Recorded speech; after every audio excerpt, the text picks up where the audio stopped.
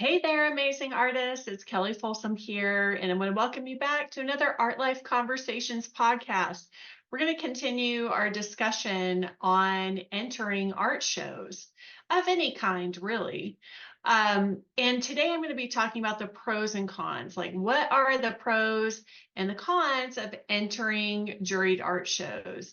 And at the end, I'm going to be answering a question from one of my students that you will probably, maybe you have the same question as well. So you'll probably want to stick around for that. And that is when do you know when you're ready to enter a juried art show? Let's dive in. Okay, so what would be the benefit of even entering a juried art show? Like, why would you do that? So you really do want to know what your why is and what the benefit and the pro of doing it is for you. Is that something that's important to you? So here's some of the benefits that I've received over the years from entering art shows. Most juried art shows, first of all, they can be used to build your resume. So if you are building credibility, if that's something that's important to you, back in the day, that was something that was more important to me because it also kind of helped me build my reputation, build my credibility. It helped me to be able to get into galleries back then, which is not something I'm doing any longer. So that's really not a big benefit to me anymore in regards to the galleries. But overall, entering and getting acceptance into some of these art competitions, juried art shows, these will help to basically build more recognition for your work. It gives you also something to add to your resume as well as an artist. But mostly it's going to really help kind of showcase your work in a more kind of, I guess, more of like an elite situation, if you want to put it that way. Okay, so one of the other benefits can be, of course, increasing your audience, right? So whenever you enter work into a juried art show or any kind of art show, it's an opportunity to be seen in front of different or new people that may not already be aware of your work. It can also be a really great networking opportunity where, of course, you can meet other people in the art world, other artists, the show directors, the gallery owners, as well as new potential collectors. So those are some of the benefits. I will say, in my experience with the shows that I have entered, sales has never been like a huge. I've never had a huge amount of sales from shows. So that's never been like a big benefit for me, but there is always the potential for that. There's always a possibility for that. I would say in my experience in the past, it kind of depends on the show. But in my experience in the past, that's kind of been like a 50-50, chance that I might actually sell the painting that is in the show. So another potential benefit to you is a chance to win awards, right? So this is a really, a big boost for you as an artist if that's something that you're interested in. It also helps, give you a stronger reputation, and also build more recognition for your work. You get a pretty ribbon a lot of times. Now, also, sometimes with these awards, what comes with a lot of these awards can be prizes, right? Whether that's a lot of times they do end up being, like material prizes. You might get an award for a feature in a magazine, things like that. So you do have a chance to win awards. If the chances are, if you listen to the last podcast, and let's say the chances of you getting into the show might be 10% at best, depending on the competitiveness of the show, then you know that your chances and your odds for winning an award are also, kind of on that same line. So out of let's say if there's 200 paintings that got entered and they're giving away 20 awards, you're still, now you're at also a lower odd, lower percentage chance to actually win an award in the show. But it is still a possibility. I've won many awards, over the years, prizes, cash prizes, as well as material prizes, as well as, getting those features in the magazines, which is always really nice because those are quite expensive. And that those kind of prizes also help, broaden your audience and recognition for your work as well. So those are some of the, benefits to entering these juried shows. And what I'll say too is, like, depending on the kind of show, the kind of art show that you're entering, whether it's juried or non-juried, it really will depend on that show and how competitive it is to get into that show. So, for example, a national show would be more competitive than a regional show. Um, uh, Back in the day, whenever I used to enter an art show in Old Lyme, Connecticut, if you could enter as long as you were a member. It wasn't guaranteed that you would get in. And I would say, in comparison to, say, like the Oil Painters of America National Show, the barrier to entry a show like that, which did lots of rotating shows throughout the year, was a lower barrier to entry, right? So just consider that, especially if you're just getting started, you're probably going to want to explore multiple different kinds of shows, different, whether that's local shows or regional or national, even international. And so you'll probably want to explore and experiment with different kinds of shows to find something that works for you. Okay, so what are some of the downsides? I think there's way more upsides than the downsides, but some of the downsides can be that, obviously there's usually a cost to enter.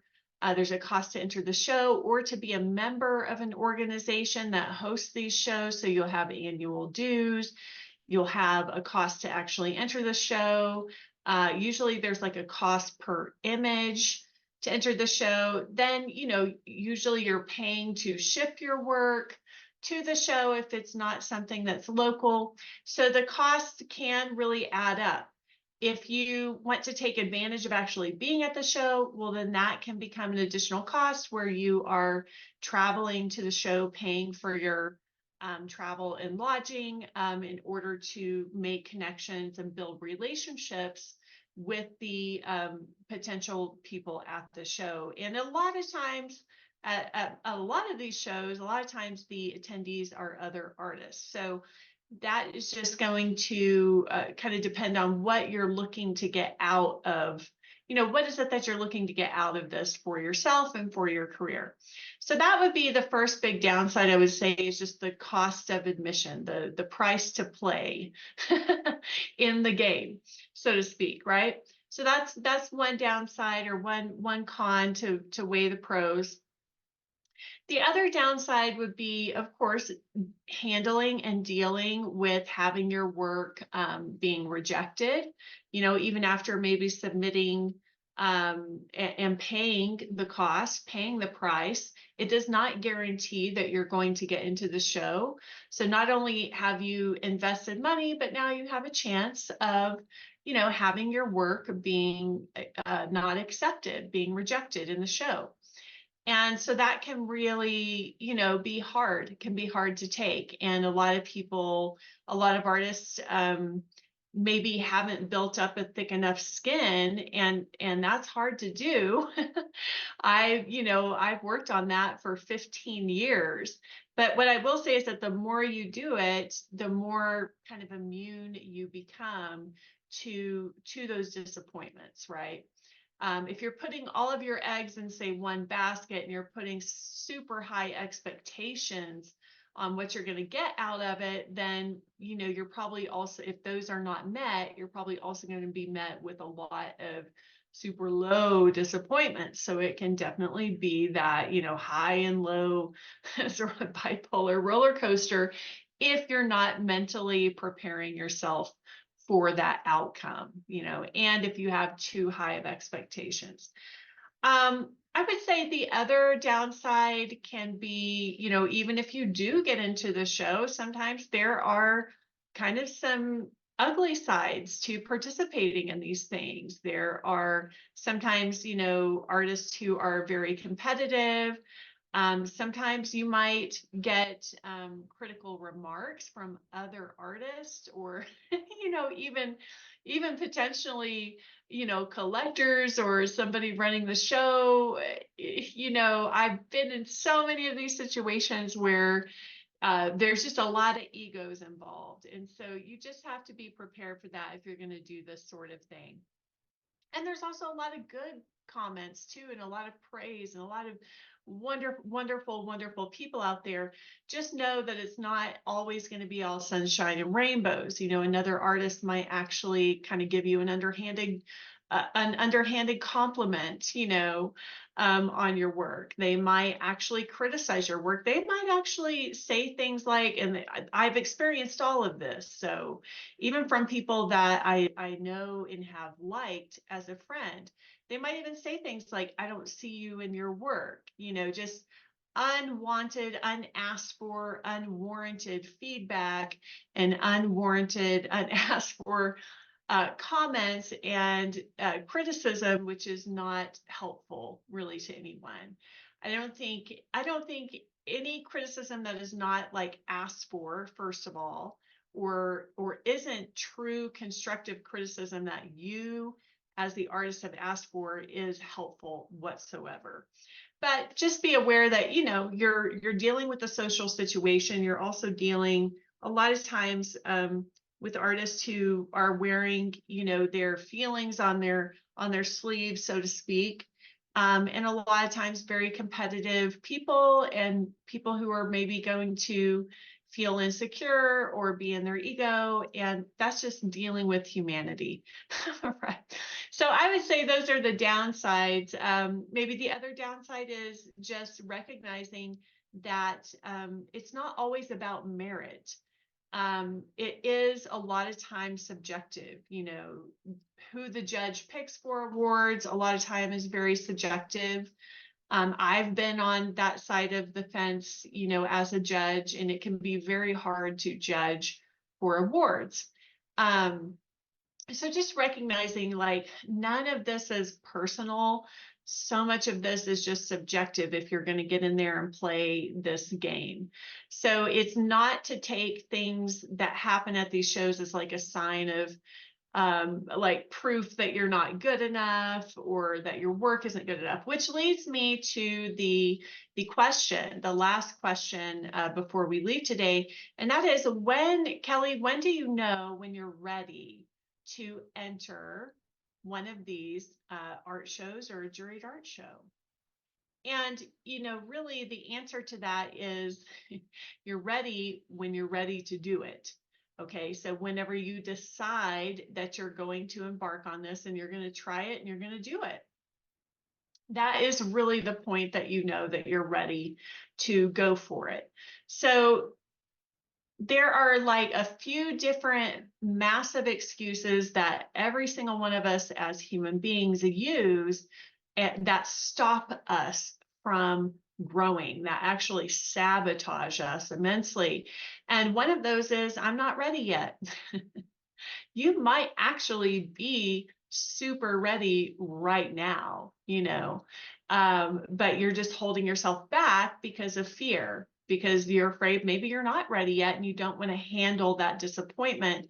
You feel like you don't have the capacity to handle that feedback, right? And the only way that you build that capacity to handle the feedback is to get the feedback and handle it and keep moving forward. So that's the first excuse I would say that holds most people back, is I'm not ready yet, or it's not the right time. Of course, I don't have time is one of the other most popular excuses that people have. I hear it every single day, teaching artists online.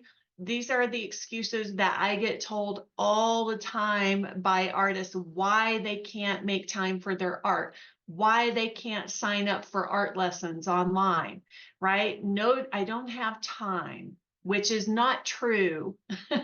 It's just never true. It's just an excuse. I'm not ready yet. I think maybe I need to do XYZ before I do this, right? So they'll have like a list of things to prepare, to get prepared before they do the thing, right? Which just builds anxiety because you get in your head and you're trying to like, imagine worst case scenario and, how is all this you're trying to basically ensure an outcome that you cannot control, right? Which just never works. And that leads to anxiety, leads to procrastination, to avoidance. It leads to just not doing the thing and not moving forward because you're not doing the thing. Okay, so the last excuse that people will always use is I can't afford it. Which, first of all, is just a horrible, terrible affirmation.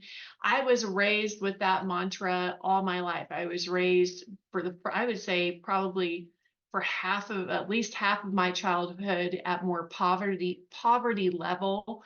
And so I always heard, we can't afford it. We can't afford it. That's too expensive.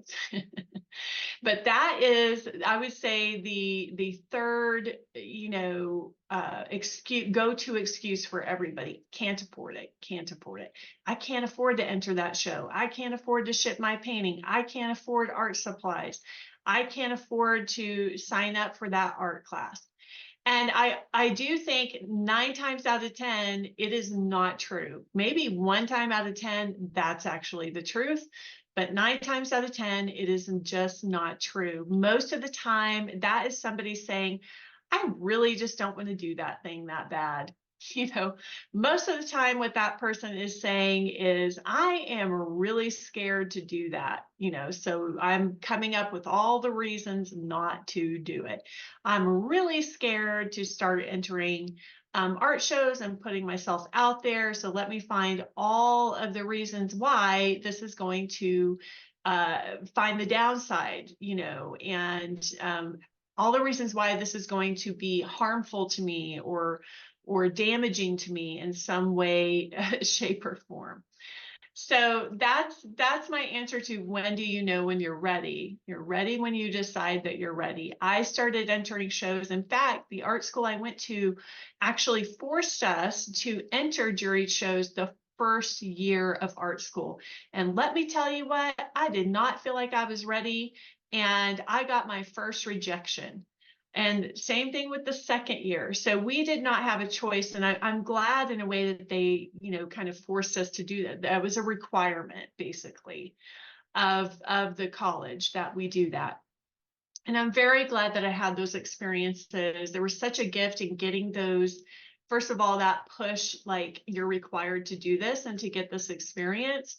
And also the gift of getting those initial rejections of my work, which was horrible. And I did not have any capacity at the time to handle it. And I really fell apart, in that first year, especially dealing with these sorts of things.